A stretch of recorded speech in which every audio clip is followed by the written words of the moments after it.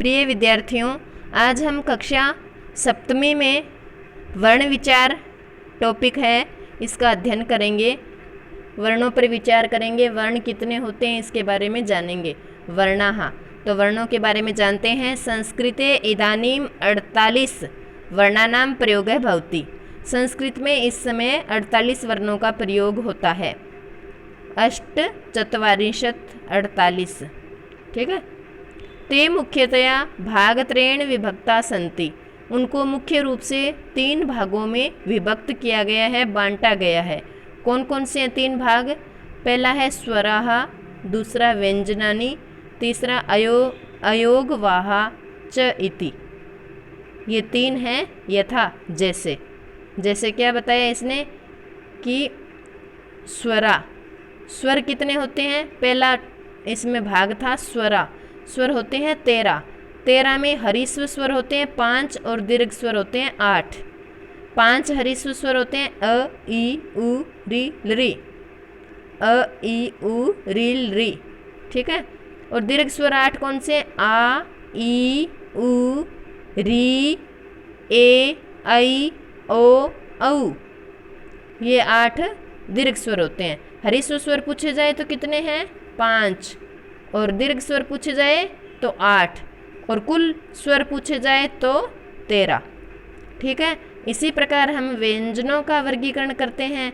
Total व्यंजन है वो कितने हैं? 33। 33 व्यंजनों में 25 है वर्गीय व्यंजन, जो क से लेकर मैं तक के सारे वर्ण आते हैं। पांचों वर्गों के पूरे वर्ण क से लेकर मैं तक के वर्ण हैं, वो वर्गीय व्यंजन के नाम से जाने जाते हैं। जिसमें हम देखते हैं कि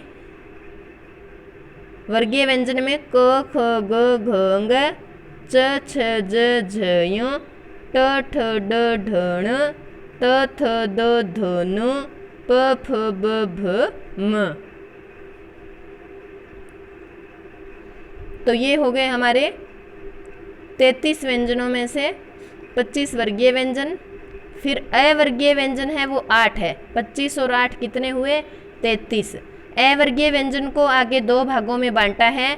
पहला भाग है अंतस्थ व्यंजन, जिनकी संख्या 4 मानी जाती है, और ऊष्म व्यंजन जो होते हैं उनकी भी 4 होती है। अंतस्थ में आते हैं य, र, ल, व, और ऊष्म में आते हैं श, श, स, ह।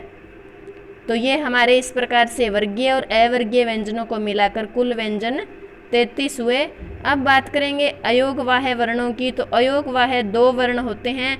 कौन कौन से माने जाते हैं? एक तो अनुस्वार और एक विसर्ग। अनुस्वार तो किसी वर्ण के ऊपर ऐसा अनुस्वार लगते हैं उसे कहते हैं, और विसर्ग किसी स्वर के आगे ऐसे करके विसर्ग का चिन्ह लगता है, उसे अपने विसर्ग कहते हैं। तो इनका प्रयोग संस्कृत में वर्ण विचार टॉपिक के अंदर करते हैं। धन्यवाद।